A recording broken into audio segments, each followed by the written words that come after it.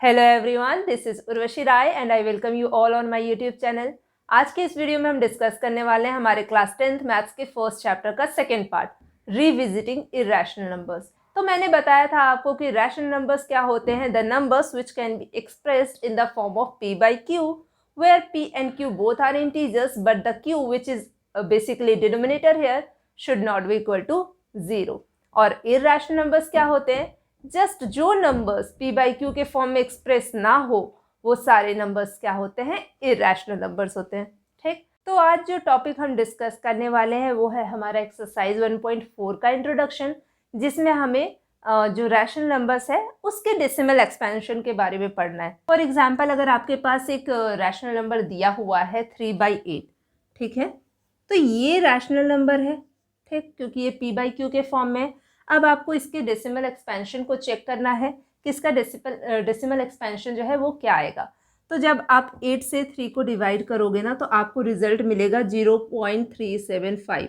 तो ये एक ऐसा रैशनल नंबर है जिसका डेसिमल एक्सपेंशन एग्जैक्ट आ गया, मतलब 0.375।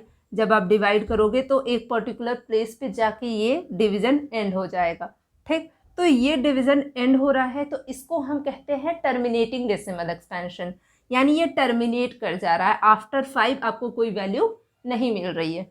ठीक, तो जब हम रैशनल नंबर की बात करते हैं तो हमें दो तरह के डेसिमल एक्सपेंशंस मिलते हैं। एक होता है जो टर्मिनेट कर जाता है और एक डेसिमल एक्सपेंशन मिलता है जो टर्मिनेट नहीं करता है पर वो एक पर्टिकुलर पोर्शन ऑफ टाइम के बाद रिपीट करता है।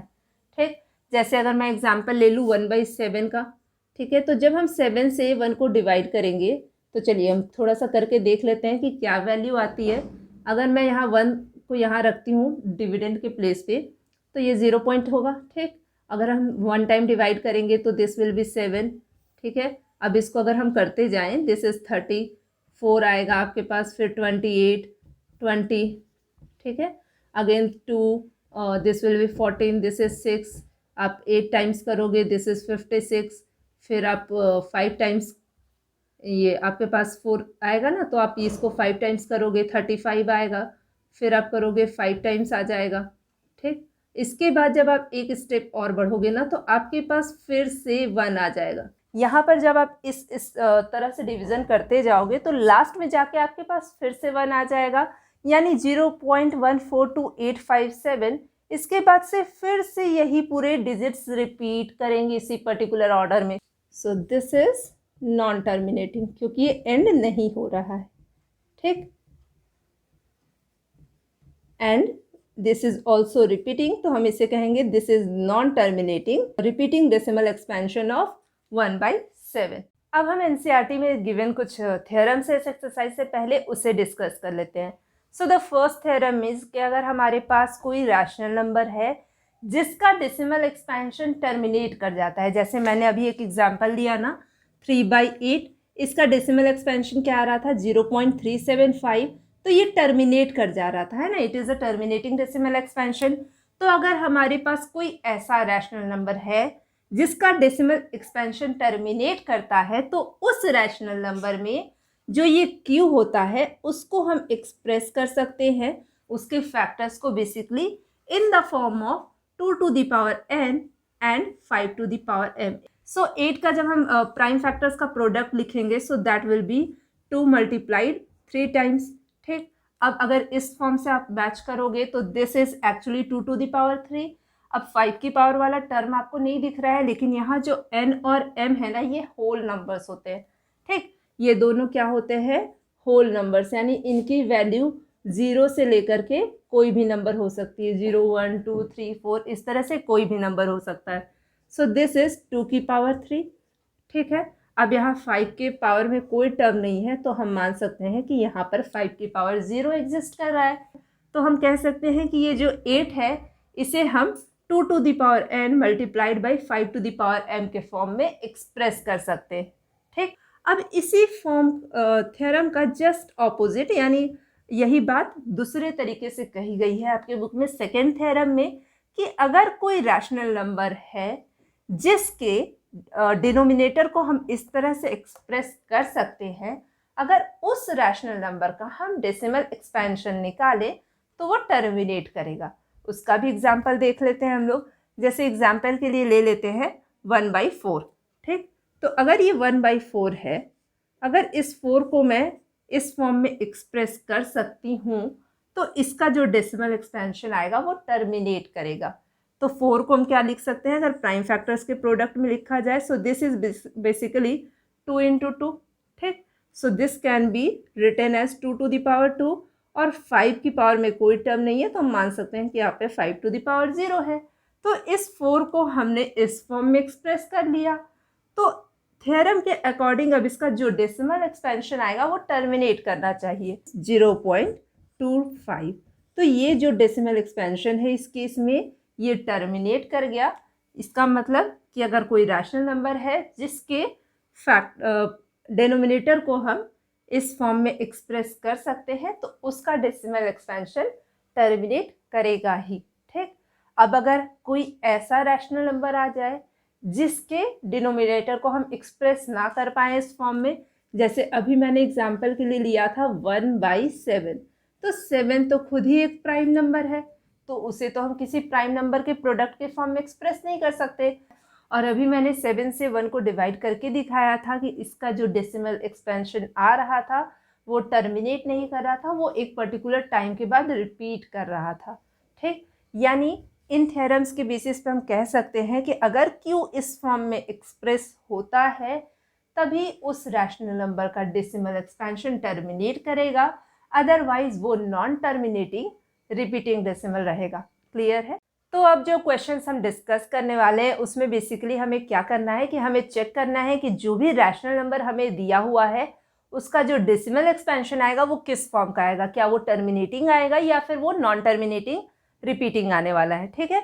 कैसे चेक करेंगे, तो हमें रैशनल नंबर गिवन होगा क्वेश्चन में, हमें बस Q का जो फैक्टराइजेशन है वो करना है और उस फैक्टराइजेशन को इस फॉर्म से मैच करना है जो हमने पढ़ा है 2n × 5m।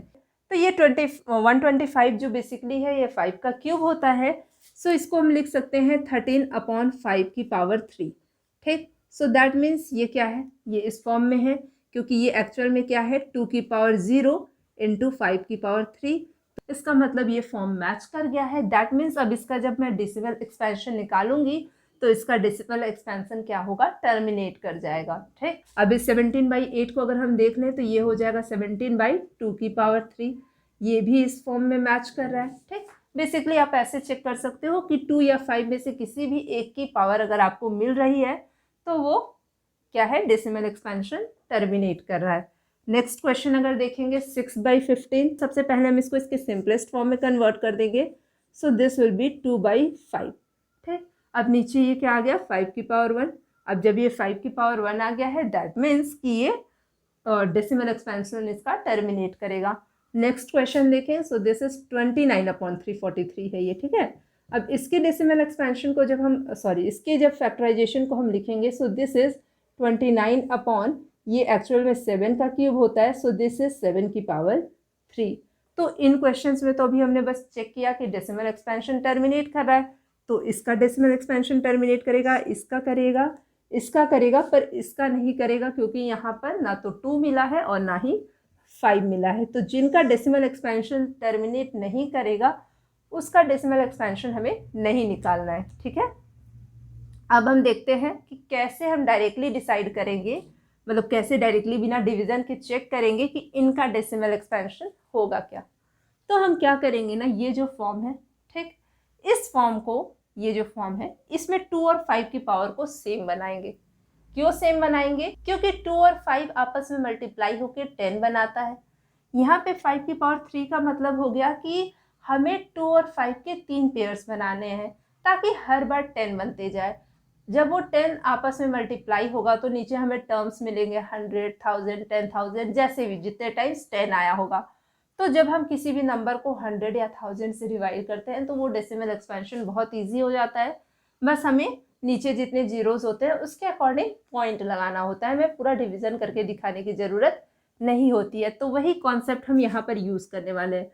हमें 5 की पावर 3 पहले से गिवन है, हम इस टर्म को यानी इस रैशनल नंबर में 2 की पावर 3 से मल्टीप्लाई और डिवाइड कर देंगे, ठीक। अब जब हम ये काम करेंगे ना तो नीचे तो ये 5 इंटू 2 बन गया, यानी 10 की पावर 3, और 10 की पावर 3 क्या हो जाता है, इट इज 1000, ठीक है। दिस इज 13 इंटू 2 की power 3, that means 8, and this is 1000। अब इसको जब आप मल्टीप्लाई करोगे, दिस इज 104 अपॉन 1000, ठीक। अब क्या करना है हमें, देखो 3 जीरोज हैं, यानी कि ऊपर जो भी नंबर आएगा उसमें डेसिमल के बाद 3 डिजिट्स आने चाहिए। So this is 0.104। तो देखो क्वेश्चन था हमारा 13/125, लेकिन हमने इतने बड़े नंबर को बिना डिवीजन किए डायरेक्टली इसको इसके डेसिमल एक्सपेंशन के फॉर्म में लिख लिया है। तो यही कॉन्सेप्ट बेसिकली हमें पढ़ना है, ठीक। अब इस क्वेश्चन को अगर हम करना चाहें तो यहाँ 2 की पावर 3 है, यानी हमें 2 और 5 का पेयर बनाना है। कितने पेयर्स बनाने होंगे, 3 पेयर्स बनाने होंगे, क्योंकि 2 की पावर है 3। तो यहाँ पे भी अगर हम 5 की पावर 3 से मल्टीप्लाई डिवाइड कर दें इस टर्म को, चलो यहाँ भी कर देते हैं और यहाँ भी कर देते हैं।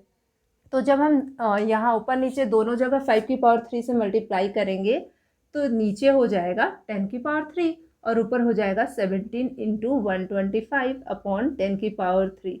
तो अब जो ये इतना बड़ा डिवीज़न था उसके कंपैरिजन में मल्टीप्लाई करके 1000 से डिवाइड करना काफ़ी इजी हो जाएगा, ये आप चेक कर सकते हो। तो आज के इस क्लास में हमने इस एक्सरसाइज पे बेस्ड जितने भी क्वेश्चंस थे इसको डिस्कस कर लिया कि किस किस टाइप के क्वेश्चंस है, ठीक।